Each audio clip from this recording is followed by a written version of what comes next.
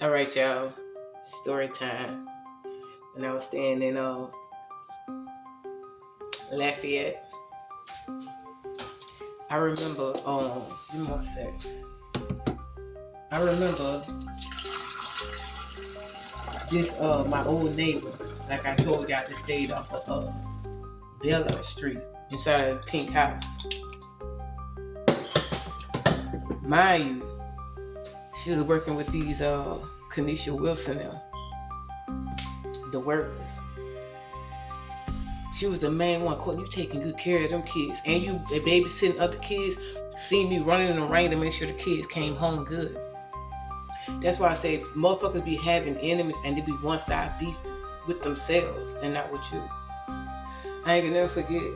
She said, I'm about to go buy your boys some ice cups. Is that okay with you? I said, sure. You tell me why when she went around the corner to go buy these the ice cups from the candy lady. And this was in 2023. And she had her granddaughter to bring the cups. Somebody could go get them cups. Spirit team said don't get them to them kids. Y'all tell me why she pausing the motherfuckers. And the person she was working with, she said, hey Courtney.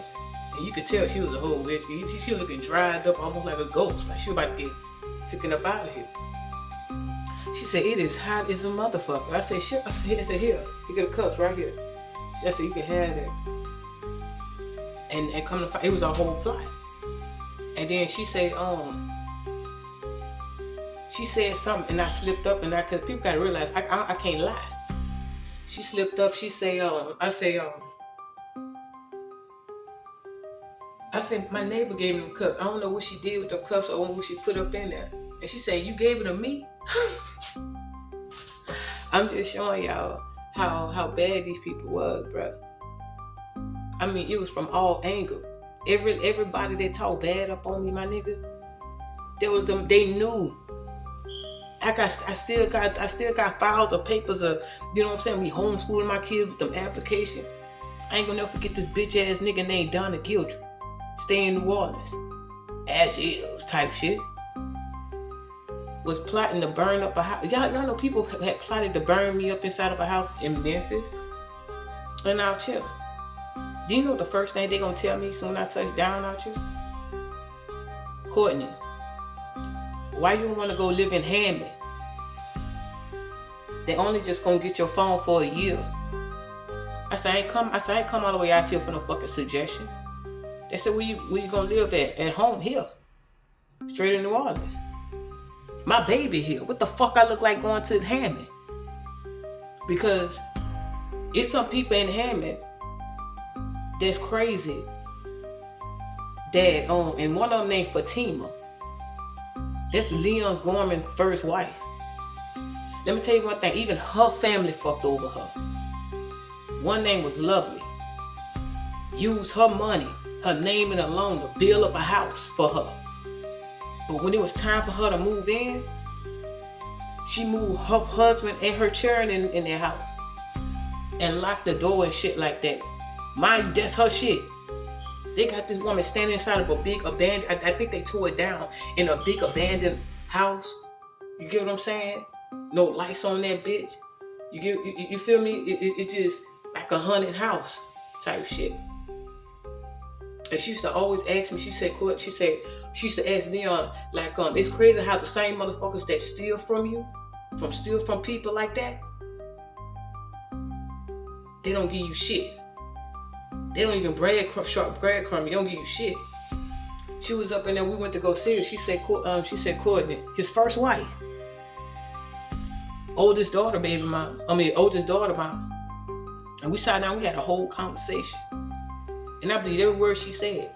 Because every time she said, Courtney, she said, I'm hungry.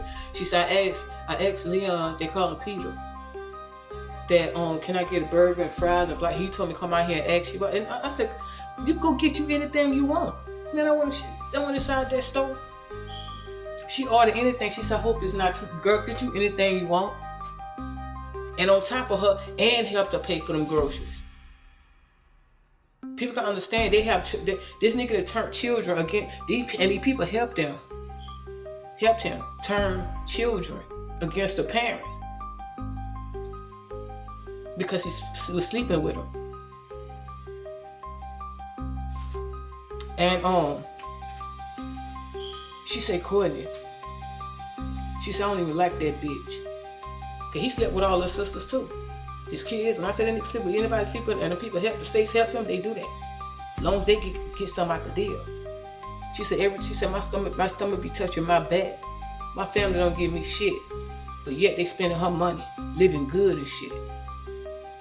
I suggest the feds check that out because I know y'all watching my content too. And the CIA, she staying hammering my nigga.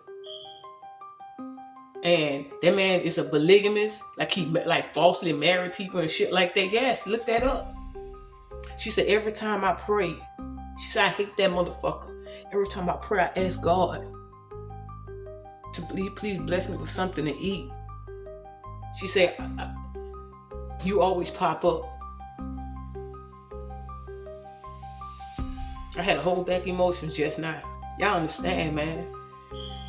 She said, you pop up, and she much older than me. Like in her 50s. And she said, you always bless me. I said, nah, you gotta get out the house. And then this nigga sat up there and told me all the stories. You get what I'm saying? Everything he said that women did to him, he did that shit. Oh, I just called her back there sucking dick. It was him. I'm telling you, I snatched my energy back and all that shit for a reason. It's too many blisters want to be women, want to be us. Do you know what all these older guys used to tell me? I need somebody like you in my life. Nigga, you about to die. What the fuck is you talking about? You ain't about to cipher my shit and act like me and put it like I'm you and you me.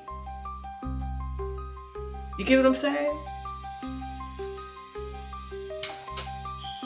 You pray the hedge of protection over that woman, bro. Because I don't know what I thought about her. But they want me to go live in Hammond and shit like that inside of a facility to help me get back on my feet. Bitch, you know what I done went through before I came out here? Soon I came back home out here, I had to be rushed to the hospital. God was like, don't call no ambulance, call a lift. They had to hurry up and stitch me because people understand. Every time I went to the hospital, I was always getting stitched up. And then I always say, I gotta go. Because people understand when I'm on a mission, I'm on a mission. I don't give a damn if the pain is unbearable or not. Hell, I'm not human. Y'all see it now?